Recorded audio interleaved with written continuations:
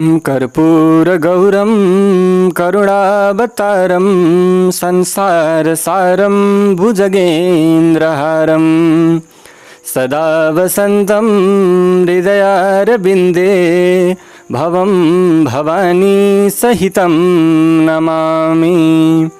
सम्पूर्ण दर्शक तथा श्रोता महानुभावहरू नमस्कार। सम्पूर्ण श्रोतागणहरूका सम्पूर्ण जनहरूका हृदयदेखि लिएर सम्पूर्ण ब्रह्माण्ड पर्यन्त व्याप्त रहनुभएका भगवान श्री महादेवका चरणरूपी कमलहरूमा नमन गर्दै आजका दिनबाट अत्यन्तै पावन श्री शिव महापुराणको कथालाई हामी प्रस्तुत गर्न गइराखेका छौँ। सम्पूर्णले सुनेर तन मन वचन हृदय पवित्र पारेर धर्म अर्थ काम मोक्ष सम्पूर्ण कुराहरूको प्राप्ति पश्चात मोक्षको गतितर्फ अगाडि बढ्नुहुनेछ भन्ने आशा लिएर हामी यस शिव महापुराणको भव्य प्रसङ्ग लिएर उपस्थित भएका छौँ। अत्यन्तै भक्तिभावपूर्वक श्रवण गरेर आफूलाई पवित्र पार्नुहोला। दर्शक महानुभावहरू, शिव महापुराण अन्तर्गत महात्म्यको प्रसङ्गबाट आजको पहिलो श्रृङ्खला सुरु हुन गइराखेको छ। ओम तब तत्त्वं न जानामि कीदृशोऽसि महेश्वर यादृशोऽसि महादेव तादृशाय नमो नमः। श्री शिव महापुराण अथ महात्म्यम्। सुतर सौनकको संवादबाट शिव महापुराणको महात्म्यको प्रारम्भ हुन्छ। सौनकजीले भन्नुभयो, तिमी सबै सिद्धान्तहरूका ज्ञाता छौ, यसकारण तिमीले मलाई पुराणहरूका कथाहरूको सार तत्त्वका विषयमा यथार्थ रूपमा बताइदेऊ। ज्ञान वैराग्य र भक्तिबाट प्राप्त हुने विवेकको कसरी वृद्धि हुन्छ तथा ज्ञानीहरूले कसरी आफूमा भएको काम क्रोध सहितको मानसिक विकारहरूलाई हटाउँछन्। यो ज्यादै डरलाग्दो कलियुगका जुन जीवमा असुर भावको विकास भएको छ, त्यो समुदाय संसार सागरबाट मुक्त हुने उपाय के हो? तिमीले मलाई कुनै शाश्वत साधनका बारेमा बताइदेऊ जुन कल्याणदायक वस्तुहरूमध्ये पनि सबैभन्दा उत्कृष्ट र मङ्गलदायक होस् तथा पवित्र बनाउने उपायहरू भन्दा पनि सर्वोत्कृष्ट रहोस्, जसको अनुष्ठान गरेपछि तत्कालै अन्तरात्मा विशेष शुद्ध भएर सधैँका लागि भगवान श्री शिवलाई प्राप्त गर्न सकियोस्। तब सुतजीले भन्नुभयो, तिमी धन्य छौ, किनकि तिम्रो मनमा पुराणहरूको कथा सुन्ने अभिलाषा उत्पन्न भएको छ। जसको मनमा पुराणको कथा सुन्ने अभिलाषा उत्पन्न हुन्छ, तिनीहरूको धर्मको मार्ग सुरु भयो, मोक्षको गति सुरु भयो भनेर जान्नु। यस कारण म तिमीलाई सबैभन्दा उत्तम शास्त्रका विषयमा बताउँदछु। यो सबै शास्त्रको सिद्धान्तले परिपूर्ण भक्ति लगायत बढाउने तथा भगवान श्री शिवजीलाई ज्यादै सन्तुष्ट बनाउनेवाला छ। अब तिमी कानका लागि अमृत स्वरूप र अलौकिक कथा श्रवण गर। त्यो ज्यादै उत्तम शास्त्र शिव पुराण हो, जुन प्राचीन कालमा भगवान शिवले बताउनु भएको थियो। यो कालरूपी सर्पबाट प्राप्त भएको ठुलो त्रास हटाइदिने सबैभन्दा उत्तम शास्त्र हो। मेरा गुरु व्यासजीले सनत कुमारबाट उपदेश पाएर संक्षेपमा यो पुराण तयार गर्नुभएको थियो। यो पुराण कलियुगमा उत्पन्न हुने मनुष्यहरूको कल्याणलाई दृष्टिगत गरेर रचना गरिएको हो। यो शिव पुराण अति उत्तम साधन हो। यसलाई पृथ्वी लोकमा भगवान शिवको वाङ्मय स्वरूप यानि अक्षरको स्वरूप सम्झेर श्रद्धापूर्वक यसको अध्ययन गर्नुपर्दछ, मनन गर्नुपर्दछ। यसको पाठ श्रवण सबैभन्दा उत्तम साधना हो। यसबाट शिव भक्ति प्राप्त गरेर उच्च स्थितिमा पुगेको मनुष्यले तत्कालै भगवान श्री महादेवको पदलाई प्राप्त गर्दछ। यसै कारण मनुष्यले भक्तिपूर्वक यो अध्ययन गर्नुपर्दछ। यसै गरी श्रद्धापूर्वक यो पुराणलाई सुन्दा पनि सबै अभिलाषाहरू पूर्ण हुन्छन्। भगवान शिवको यो पुराण सुन्ने मनुष्य सबै पापबाट यथार्थ रूपमा मुक्त हुन्छ तथा उसले यो लोकमा सर्वोत्कृष्ट भोग उपभोग गरेर अन्तमा श्री महादेवको शिवलोकलाई प्राप्त गर्दछ। यो शिव पुराण ग्रन्थमा 24,000 श्लोक रहेका छन्। यो 7 संहितामा विभाजित छ। मनुष्यले भक्ति ज्ञान र वैराग्य सम्पन्न भएर यो पुराणलाई सुन्नु पर्दछ, जसले निरन्तर खोजमूलक हिसाबले यो शिव पुराणको अध्ययन गर्दछन् अथवा यसको कथा सुन्दछन् अथवा पाठ मात्र गर्दछन् भने पनि ती पुण्यात्मा भएकोमा कुनै दुविधा छैन। जुन बुद्धिमान मनुष्यले अन्त समयमा ज्यादै भक्तिभावले यो पुराण सुन्छ त्यसबाट ज्यादै प्रसन्न भएर भगवान शिवले उसलाई आफ्नो लोक प्रदान गर्नुहुन्छ। जसले प्रत्येक दिन श्रद्धापूर्वक यो शिव पुराणको पूजा गर्दछन्, शिव पुराणको नाममा स्मरण गर्दछन्, शिव पुराणलाई सम्मान गर्दछन्, ती यो संसारमा उत्तम भोगहरू उपभोग गरेर अन्त्यमा शिवलोकमा प्राप्त हुन्छन्। जसले प्रत्येक दिन शिव पुराणमाथि रेशमी वस्त्र अर्पण गर्दछन् तिनीहरू सुखी हुन्छन्। यो शिव पुराण भगवान शिवजीको सर्वस्व हो। जसले यस लोक र परलोकमा पनि सुख प्राप्त गर्ने चाहना राख्दछ उसले यो पुराणको श्रद्धापूर्वक सेवा गर्नुपर्दछ। यो शिव पुराण धर्म अर्थ काम र मोक्ष रूपी चारवटै पुरुषार्थ दिनका लागि सक्षम छ। यसै कारण मनुष्य प्रत्येक दिन यसका कथाहरूलाई श्रवण गर्ने प्रयास गर्नुपर्दछ। तब सौनकजीले भन्नुभयो, तिमी परमार्थ तत्त्वका ज्ञाता भएकाले धन्य छौ। तिमीले हामीलाई ज्यादै आश्चर्यजनक र अलौकिक कथा सुनायौ। अहिले हामीलाई यो संसारमा शिव पुराण भन्दा कल्याणदायक साधन अरू केही नभएको अनुभूति भयो। कलियुगमा यो पुराणबाट कस्ता कस्ता पापबाट शुद्ध हुन सकिन्छ तिनीहरूका विषयमा यथार्थ रूपमा हामीलाई बताइदेऊ। तब सुतजीले भन्नुभयो, जुन मनुष्य पापी दुराचारी अविवेकी तथा सधैँ काम क्रोधमा डुबिरहन्छ त्यो पनि यो पुराण सुनेपछि यथार्थ रूपमा शुद्ध हुन्छ। यो ज्ञान भएकाले मुनिले यो प्राचीन इतिहासको उदाहरण दिने गर्दछन्। जुन सुनेपछि पापहरू पूर्ण रूपमा नष्ट हुन्छन्। आजभन्दा धेरै पहिलेको कुरा हो। एउटा नगरमा एउटा ज्ञानमा धेरै कमजोर गरिब रस बेच्ने तथा वैदिक धर्म परित्याग गरेका ब्राह्मण बस्दथे। उनी स्नान सन्ध्या लगायतका कर्महरू परित्याग गरेर त्यसै गरी निरन्तर वेश्याहरूको सङ्गतमा लागिरहन्थे। उनको नाम देवराज थियो। उनले आफूलाई विश्वास गर्नेहरूलाई ठग्ने काम गर्दथे। ब्राह्मण क्षत्रिय वैश्य शूद्रहरू तथा अन्यहरूलाई पनि अनेकौं उपायले मारेर उनीहरूको धन आफ्नो बनाएका थिए। तर उनले त्यो धन कहिल्यै पनि धार्मिक काममा प्रयोग गरेनन्। त्यसै गरी विशेष गरेर चरित्रहीन कामहरूमा लागेको कारणले गर्दा वेश्यावृत्तिमा लागेको कारणले गर्दा आफ्नो आचरणबाट पतित भएका थिए। उनी एक दिन घुम्दा घुम्दै प्रतिष्ठानपुरमा पुगे। त्यहाँ उनले सज्जनहरूको जमघट भएको भगवान शिवको मन्दिर देखे। देवराज त्यो शिव मन्दिरमा बसे तर त्यहाँ उनलाई ज्वरो आयो। त्यो ज्वरोले उनी धेरै पीडित हुन थाले। त्यहाँ एउटा ब्राह्मण शिव पुराणको कथा सुनाइरहेका थिए। ती ज्वरोले ज्यादै पीडित भएका देवराजले ब्राह्मणले भनेको कथा निरन्तर सुनिरहे। त्यसको 1 महिनापछि त्यही ज्वरोका कारणले उनको मृत्यु भयो। यमराजका दूतले उनलाई पासोले बाँधेर जबरजस्ती यमलोक लगे। त्यसै समयमा शिवलोकबाट भगवान श्री महादेवका पार्षदहरू आए। उनीहरूको गोरो वर्णको शरीर ज्यादै उज्जवल थियो तथा उनीहरूले हातमा त्रिशूल लिएका थिए। उनीहरूको शरीरका सबै अङ्ग खरानीले प्रकाशमय भइरहेका थिए र रुद्राक्षको मालाले उनीहरूको शिरको शोभा बढाइरहेका थिए।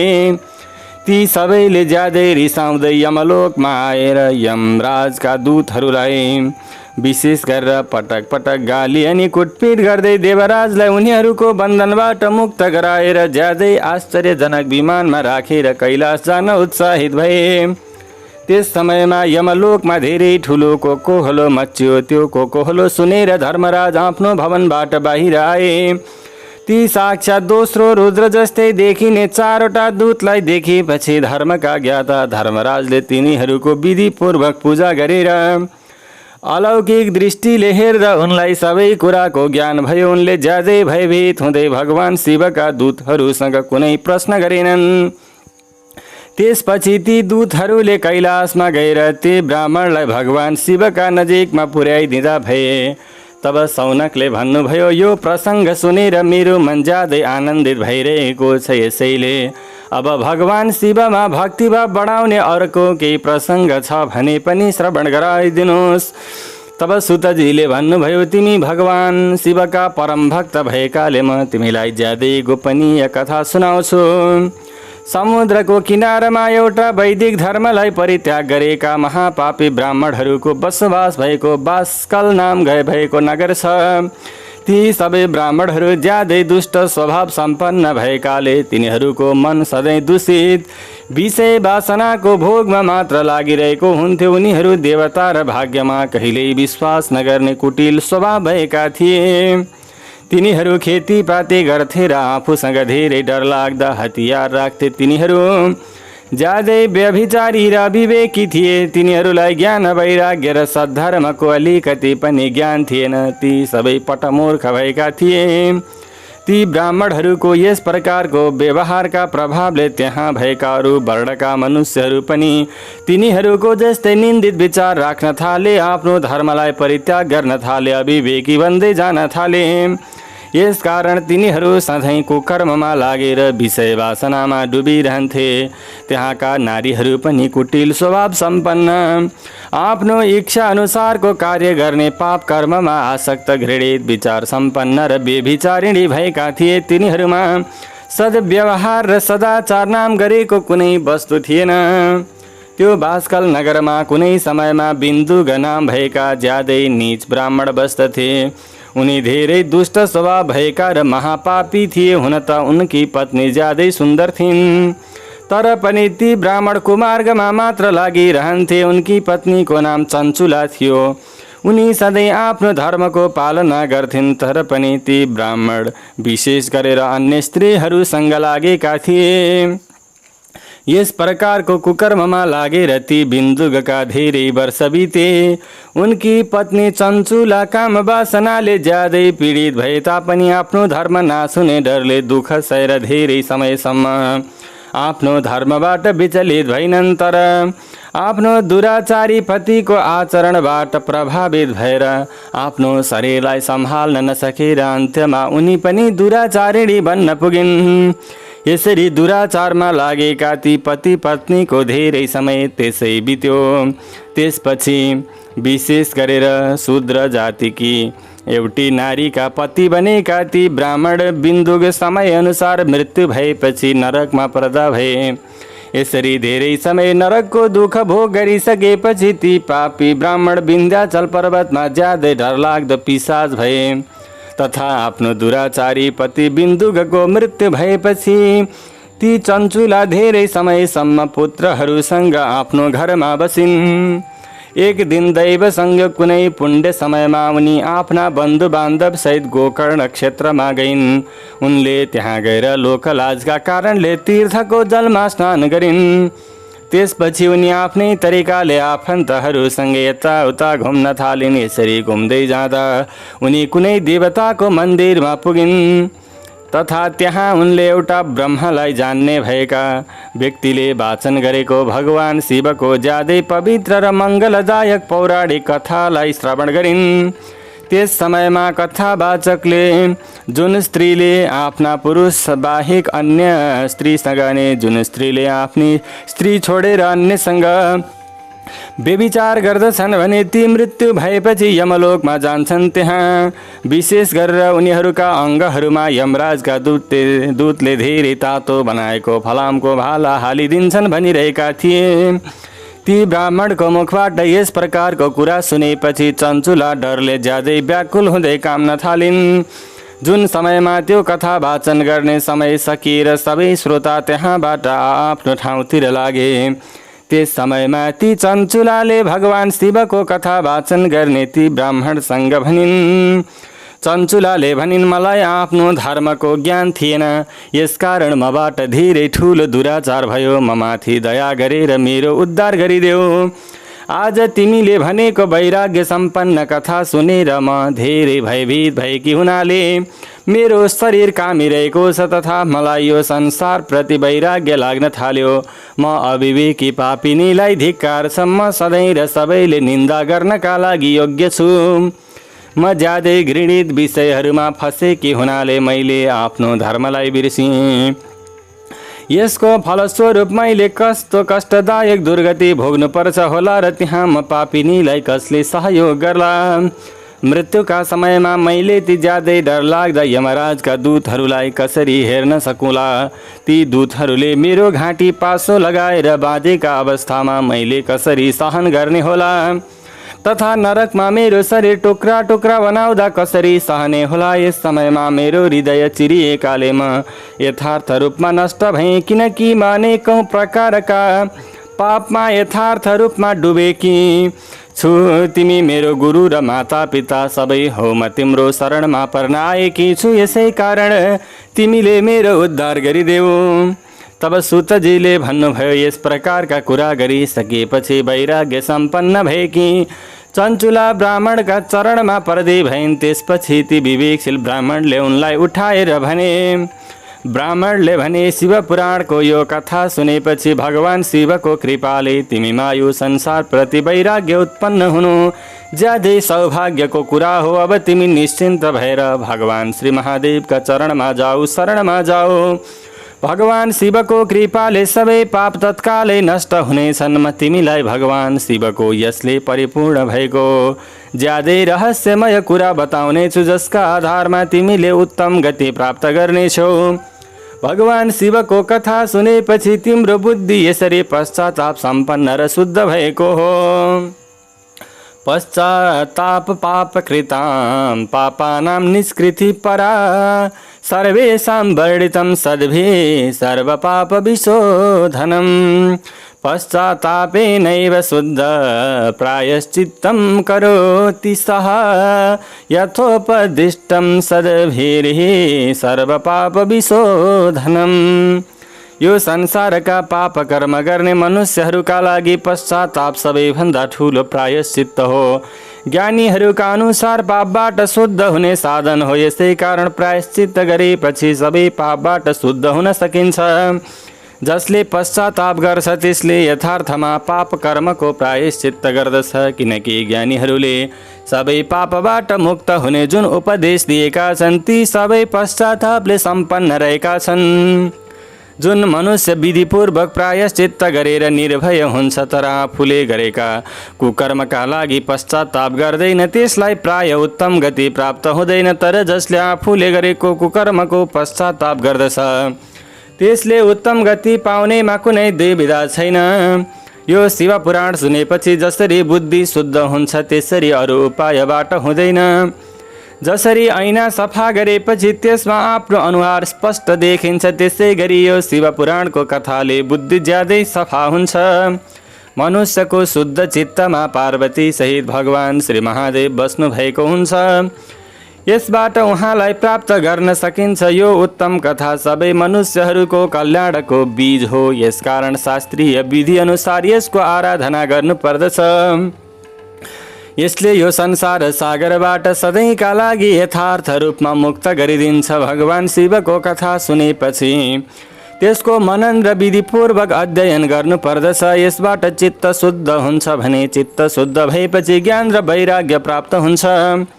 जो सांसारिक बन्धनमा परेको छ त्यसलाई पशु समानको मान्नु पर्दछ, किनकि उसको चित्त मायामा धेरै आसक्त भएको हुन्छ। यसै कारण तिमीले विषयहरूलाई यथार्थ रूपमा परित्याग गरेर भगवान शिवको कथा सुन्यौ भने यसका प्रभावले तिम्रो चित्त शुद्ध भएर तिमीले मुक्तिलाई प्राप्त गर्नेछौ। जसले शुद्ध मनले भगवान शिवको चरणको स्मरण गर्छ त्यो यही जन्ममा मुक्त हुन्छ। तब सुतजीले भन्नुभयो, यस प्रकारको उपदेश दिएपछि ती ब्राह्मण चुप लागे। उनको हृदय दयाले ज्यादै नरम भएको थियो।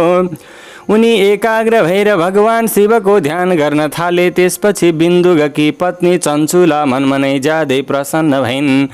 ब्राह्मणको त्यो उपदेश सुनेर उनका आँखाबाट आँसुका धाराहरू बग्न थाले। ती ज्यादै हर्षित भएकी चञ्चुलाले ती ब्राह्मणलाई नमन गरेर म अति कृतार्थ भएँ भनिन्। त्यसपछि उनले उठेर ती ब्राह्मणसँग भन्दै भइन्, तिमी परमार्थ तत्त्वका ज्ञाता छौ र सधैँ अर्काको परोपकारमा लागिरहन्छौ। यसै कारण तिमी प्रशंसा गर्न योग्य छौ म नरक रूपी समुद्रमा पसिसकेकी छु। तिमीले मेरो उद्धार गरिदेऊ। जुन शिवपुराण सुनेर मेरो मनमा सबै विषयहरूप्रति वैराग्य उत्पन्न भयो। यस समयमा मेरो मन त्यही शिवपुराण सुन्न ज्यादै लालायित भइरहेको छ। तब सुतजीले भन्नुभयो, यस प्रकारका कुरा गरेर उनको अनुकम्पाले चञ्चुला शिवपुराणको कथा सुन्न लालायित हुँदै ती ब्राह्मणको सेवा गर्न थालिन्। त्यसपछि ती ब्राह्मणले त्यो ठाउँमा चञ्चुलालाई शिवपुराणको ज्यादै पवित्र कथा सुनाए। यसरी त्यो गोकर्ण क्षेत्रमा ती ब्राह्मणबाट शिवपुराणको कथालाई सुनेपछि चञ्चुला ज्यादै कृतार्थ भइन्। उनको मन तत्कालै शुद्ध भयो। यसपछि भगवान शिवको कृपाले उनको हृदयमा सत्वगुणको चिन्तन हुन थाल्यो। यसरी उनले भगवान शिवमा एकाग्र रहने ज्ञान पाएकाले पटक पटक भगवान शिवको आनन्दमय स्वरूपको चिन्तन गर्न थालिन्। त्यसपछि आफ्नो आयु सकिएपछि भक्ति ज्ञान र वैराग्य सम्पन्न भएकी चञ्चुलाले आनन्दसँग शरीरलाई परित्याग गरिन्। यसरी उनले शरीर त्यागिसकेपछि भगवान शिवले पठाउनु भएको उहाँका गणहरू र अनेकौं शोभा सम्पन्न साधन सहितका विमान ज्यादै तीव्र गतिमा त्यहाँ आयो। चञ्चुला त्यो विमानमा सवार भएपछि भगवान शिवका दूतले उनलाई तत्कालै पवित्र शिवलोकमा लगे। उनका सबै पाप नष्ट भएकाले उनी अलौकिक रूप सम्पन्न अप्सरा जस्तै भएकी थिइन्। उनका अलौकिक अङ्गहरूले उनको शोभा बढाएका थिए। ती शिरमा आधा चन्द्रमा सम्पन्न मुकुट धारण गरेकी चञ्चुला अलौकिक आभूषणहरूले विभूषित भएकी थिइन्। यसरी शिवलोकमा पुग्ने बित्तिकै उनले सनातन भगवान श्री शिवजीलाई देख्दै भइन्। त्यस समयमा मुख्य देवताहरूले उहाँको सेवा गरिरहेका थिए। उहाँको सेवामा गणेश, भृङ्गी, नन्दी र वीरभद्र लगायत तत्परतापूर्वक लागिरहेका थिए। उहाँको शरीरको कान्ति करोडौं सूर्यको जस्तै थियो। उहाँको घाँटीमा नीलो चिन्ह शोभायमान भएको थियो। उहाँका 5 मुख र प्रत्येक मुखमा 3 आँखाहरू थिए। उहाँको शिरमा आधा चन्द्रमाले सुशोभित भएको मुकुट शोभायमान भएको थियो। उहाँको देब्रेतिर पार्वती बसेकी थिइन्। भगवान शिवको शरीरको कान्ति कपूर जस्तै सेतो थियो। उहाँले समग्र शरीरमा सेतो खरानी लगाउनु भएको थियो। यस प्रकारका भगवान शिवको दर्शन पाएपछि चञ्चुला ज्यादै प्रसन्न भएकीले उनले उत्साहपूर्वक भगवान शिवको दर्शन पाएपछि उत्साहपूर्वक भगवान शिवलाई पटक पटक प्रणाम गर्दै भइन्। यसपछि उनी हात जोडेर विनम्रतापूर्वक उभिन्। उनका आँखाबाट खुसीका आँसु बहिरहेका थिए र उनको समग्र शरीर अति रोमाञ्चित भएको थियो। त्यस समयमा पार्वती सहित भगवान शिवले उनलाई आफ्नो नजिकमा बोलाउनु भएर उनलाई शान्त दृष्टिले हेर्नुभयो। पार्वतीले ती चञ्चुलालाई आफ्नो सङ्गिनी बनाउनु भयो। ती चञ्चुला ज्योति स्वरूप सनातन लोकमा अटल भएर बस्ने अवसर पाएकाले आफू आनन्दमा मग्न भएको अनुभूति गर्न लागिन्। एक दिन परम आनन्दमा यथार्थ रूपमा डुबेकी चञ्चुलाले पार्वतीको नजिकमा गएर उनलाई प्रणाम गरेर हात जोड्दै उनको स्तुति गर्न थालिन्। चञ्चुलाले भनिन्, हजुर ब्रह्म स्वरूपिणी भएकीले मनुष्यहरूले सधैँ हजुरको सेवा गर्दछन्। ब्रह्मा विष्णु सहितका देवताहरूले पनि हजुरको सेवा गर्दछन्। हजुर सगुण र निर्गुण हुनुका साथै सूक्ष्म आनन्द स्वरूपिणी प्रकृति हुनुहुन्छ। हजुरले संसारको सृष्टि पालन र संहार गर्नुहुन्छ, तसर्थ हजुर नै पराशक्ति हुनुहुन्छ। तब सुतजीले भन्नुभयो, ती चञ्चुला यसरी पार्वतीको स्तुति गरेर चुप लागेर उभिन्। उनका आँखामा प्रेमका आँसु छचल्किरहेका थिए। त्यसपछि दयाकी सागर पार्वतीले भन्नुभयो, म तिमीले गरेको स्तुतिबाट ज्यादै प्रसन्न भएकी छु। यसैले तिमी आफ्नो अभिलाषा अनुसारको वर माग। तब चञ्चुलाले भनिन्, मेरो पति बिन्दुगा यस समयमा कहाँ छन् र उनको अवस्था कस्तो छ मलाई केही थाहा छैन। म आफ्नो पतिलाई भेट्न चाहन्छु। मेरो पति एउटा अत्यन्तै नीच प्रकारकी वेश्यामा ज्यादै आसक्त भएर पापमा डुबिरहन्थे। उनको मृत्यु मेरो भन्दा पहिल्यै भएको थियो। मलाई उनले पाएको गतिका विषयमा केही पनि जानकारी छैन। तब पार्वतीले भन्नुभयो, तिम्रा पति धेरै पापी भएकाले उनको मन अति दूषित थियो। ती ज्यादै आसक्त भएका महामूर्ख मृत्युपछि नरकमा असङ्ख्य वर्षसम्म अनेकौँ प्रकारका दुःख भोगेर आफ्नो बाँकी पाप भोग्नका लागि विन्ध्याचल नाम गरेको पर्वतमा पिशाच भएका छन्। यस समयमा उनी पिशाच भएर अनेकौँ प्रकारका दुःख भोगिरहेका छन्। उनी वायुको भोजन गरेर बसिरहेका छन्। सुतजीले भन्नुभयो, पार्वतीका यस प्रकारका कुरा सुनेपछि चञ्चुला आफ्नो पतिको दुःखमा ज्यादै दुखी भइन्। यसपछि उनले आफ्नो मन स्थिर बनाउँदै पार्वतीलाई प्रणाम गरेर फेरि भनिन्, म माथि कृपा गरेर पाप कर्म गर्ने मेरा ती पतिको उद्धार गरिदिनुहोस्। मलाई मेरो ज्यादै पापी पतिको उद्धार हुने कुरा बताइदिनुहोस्। तब पार्वतीले भन्नुभयो, तिम्रो पतिले शिव पुराणको पुण्यदायक कथा यदि कुनै माध्यमबाट सुने भने उनी सबै दुर्गतिबाट यथार्थ रूपमा मुक्त हुन सक्नेछन्। तब सुतजीले भन्नुभयो, पार्वतीका यस प्रकारका कुरा सुनेपछि चञ्चुलाले हात जोडेर उनलाई पटक पटक प्रणाम गर्दै आफ्नो पतिले सबै पापबाट मुक्त भएर उत्तम गति प्राप्तिका लागि प्रार्थना गर्दै भनिन्, हजुरले मेरो पतिलाई शिव पुराण सुनाउने कुनै व्यवस्था मिलाइदिनुहोस्। तब सुतजीले भन्नुभयो, ती चञ्चुलाले यसरी पटक पटक प्रार्थना गरेपछि पार्वती जगत जननीको मनमा दया पलाए। यसपछि पार्वतीले भगवान शिवको उत्तम यश गाउने गन्धर्वका राजा तुम्बुरुलाई बोलाएर भन्नुभयो, तिम्रो भगवान शिवमा ज्यादै प्रेम भाव रहेको छ। तिमी मेरो मनको कुरा बुझेर मेरो अभिलाषा अनुसारको कार्य सिद्ध गर्दछौ। यसै कारण म तिमीलाई एउटा कुरा भन्छु, ध्यानपूर्वक सुन। तिमी मेरी सङ्गिनीसँग तत्कालै विन्ध्याचल पर्वतमा जाऊ। त्यहाँ एउटा धेरै डरलाग्दा पिशाच बसेका छन्। तिनका विषयमा तिमी आरम्भदेखि नै सुन। पहिलो जन्ममा ती पिशाच बिन्दुग नाम भएका ब्राह्मण थिए। उनी मेरी सङ्गिनी चञ्चुलाका पति हुन्, तर ती दुष्ट कर्ममा धेरै आसक्त थिए। उनी सन्ध्या परित्याग गरेर अपवित्र रहन्थे। उनको रिसले बुद्धि ढाकिदिएकाले उनलाई आफ्नो कर्तव्य र कर्तव्यको ज्ञान थिएन। यसै कारण उनको स्वभाव खान नहुने कुरा खाने, ज्ञानीको विरोध गर्ने र दूषित वस्तु दान लिने थियो। उनी शस्त्र अस्त्र प्रहार गरेर हिंसा गर्दथे, देब्रे हातले भोजन गर्दथे, दुखीलाई पीडा दिन्थे र रिसले अर्काको घरमा आगो समेत लगाइदिन्थे। उनी सधैँ अन्य स्त्रीहरूसँग सहवासमा रमाउँथे अनि त्यसै गरी चाण्डालहरूप्रति सद्भाव राख्दथे। उनी आफ्नी पत्नी परित्याग गरेर दुष्टहरूसँग आनन्दित हुन्थे। उनी मृत्यु नभएसम्म दुराचारमा एकाग्रतापूर्वक सधैँ लागिरहे। आयु सकिएपछि मृत्यु भयो। यसपछि उनले यमलोकमा गएर धेरै नरकहरूको पीडा भोगेर यस समयमा विन्ध्याचल पर्वतमा पिशाच बनेका छन्। त्यहाँ ती दुष्ट पिशाच आफ्नो पापको फल भोगिरहेका छन्। तिमीले उनलाई सबै पाप विनाश गरिदिने शिव पुराणको कथा सुनाइदेऊ। शिव पुराणको कथा सुन्नु सर्वोत्कृष्ट पुण्य कर्म हो। त्यो कथा सुनेपछि उनको मन तत्कालै शुद्ध हुन्छ र उनी प्रेत योनिबाट मुक्त हुन्छन्। त्यसरी मुक्त भएपछि उनलाई मेरो आज्ञा अनुसार विमानमा राखेर भगवान शिवको नजिकमा ल्याउनु। तब सुतजीले भन्नुभयो, पार्वतीको यस प्रकारको आज्ञा पाएपछि तुम्बुरुले मनमा नै ज्यादै प्रसन्न हुँदै आफ्नो भाग्यको प्रशंसा गर्दा भए। त्यसपछि ती चञ्चुलालाई विमानमा राखेर उनी विन्ध्याचल पर्वतमा गए। त्यहाँ उनले पिशाचलाई देखे। उनको शरीर धेरै ठुलो थियो।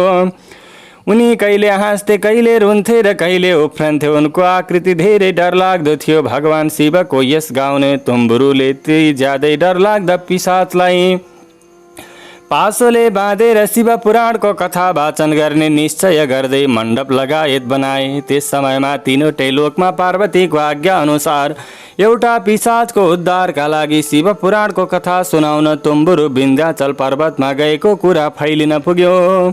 त्यसपछि त्यो कथा सुन्न विलासा लिएर देवर्षिहरू पनि तत्कालै त्यहाँ पुगे। त्यो पर्वतमा यसरी पुराण सुन्न आएकाहरूको आश्चर्यजनक जमघट भयो।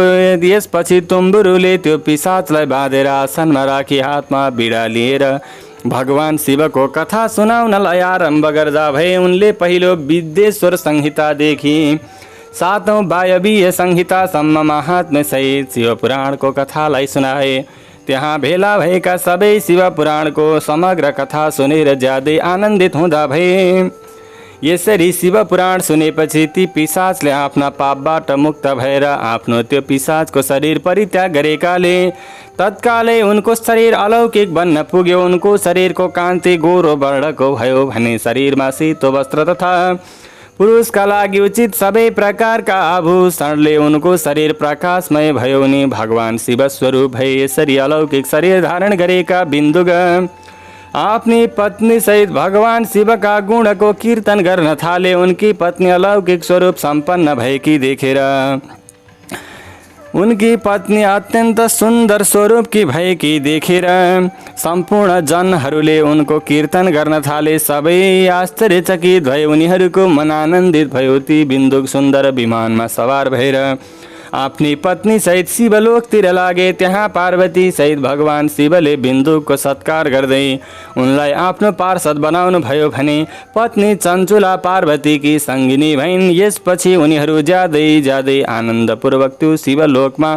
रहन लागे। तब सौनकजीले भन्नुभयो, अब मलाई त्यो ज्यादै कल्याणदायक शिव पुराण सुन्ने विधिका विषयमा यथार्थ रूपमा बताइदिनु हवस्, जसका कारणले मनुष्यहरू वा सुन्नेहरूलाई सबै प्रकारको उत्तम फल प्राप्त हुन सकोस्।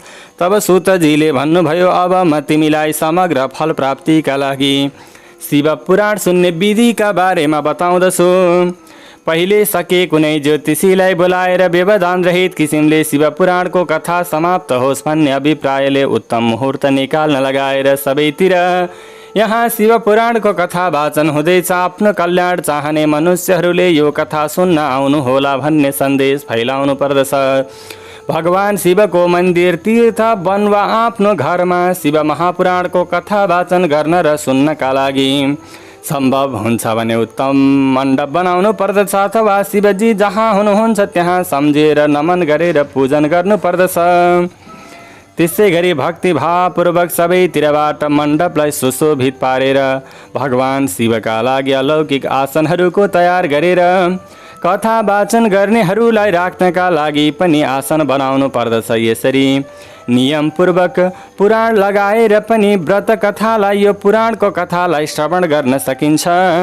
संसारमा जन्म र गुणका आधारमा धेरै गुरु हुन्छन्, तर तिनीहरूमध्ये पुराणका ज्ञातालाई परम गुरु मान्नु पर्दछ। पुराणका ज्ञाता पवित्र, सिपालु, शान्त, घमण्डलाई पराजित गरेको सज्जन र दयालु हुनुपर्दछ। यस प्रकारको कथा वाचनमा ज्यादै सिपालु विद्वानले यो पुण्यदायक कथालाई वाचन गर्नुपर्दछ। यो शिव पुराण सूर्योदय भएपछि आरम्भ गरेर 3.5 प्रहरसम्म वाचन गर्नुपर्दछ भने मध्याह्नको 2 घडी कथा वाचन रोक्नु पर्दछ। यसरी विभिन्न प्रकारका घरमा गर्दै गर्दा अनुष्ठान गरेर विविध दिन पर्यन्त श्री शिव पुराणको कथा सुन्दै गर्दाखेरि गर्ने पूजाका विधिहरू बताउँदै अगाडि बढ्न लाग्नुभयो। यो शिव पुराणको कथा आरम्भ गर्दा पहिले व्रत लिनका लागि विशेष गरेर कर्ता त्यसै गरी श्रोता सबै पवित्र रहनु पर्दछ। जुन दिन कथा आरम्भ हुन्छ त्यो दिन बिहानको साकालीन समयमा आफ्ना सबै नित्य कर्महरू संक्षेपमा गर्नुपर्दछ। त्यसै गरी सबै प्रकारको दुविधा हटाउन सक्षम मनुष्यहरूलाई सम्झाउन ज्यादै सिपालु हुने व्यक्तिहरू राखेर भगवान श्री महादेवको कथालाई श्रवण गर्नु। कथा वाचनमा आउने व्यवधान हटाउनका लागि गणेशजीको पूजन गर्नु। भगवान शिव र शिव पुराणको पुस्तकको भक्तिभावले पूजन गर्नु। त्यसपछि श्रोताले तन मनले शुद्ध भएर शिव पुराणको कथालाई श्रवण गर्नु। जुन वाचक र श्रोता अनेकौं प्रकारका कर्ममा एकाग्र भएका छन्, काम सहितका 6वटा विकार सम्पन्न छन्, त्यसै गरी विशेष गरेर नारी पुरुषमा ज्यादै आसक्त रहन्छन् र पाखण्डपूर्ण कुरा गर्दछन्, तिनीहरूलाई पुण्य प्राप्त हुँदैन। जसले लौकिक चिन्ता, धन, घर, पुत्र सहितलाई बिर्सिएर आफ्नो मनलाई कथामा एकाग्र गराउँछन्, तिनीहरूलाई उत्तम फल प्राप्त हुन्छ। अब शिव पुराण सुन्ने अभिलाषा भएको मनुष्यले पालना गर्नुपर्ने नियमका विषयमा सुन।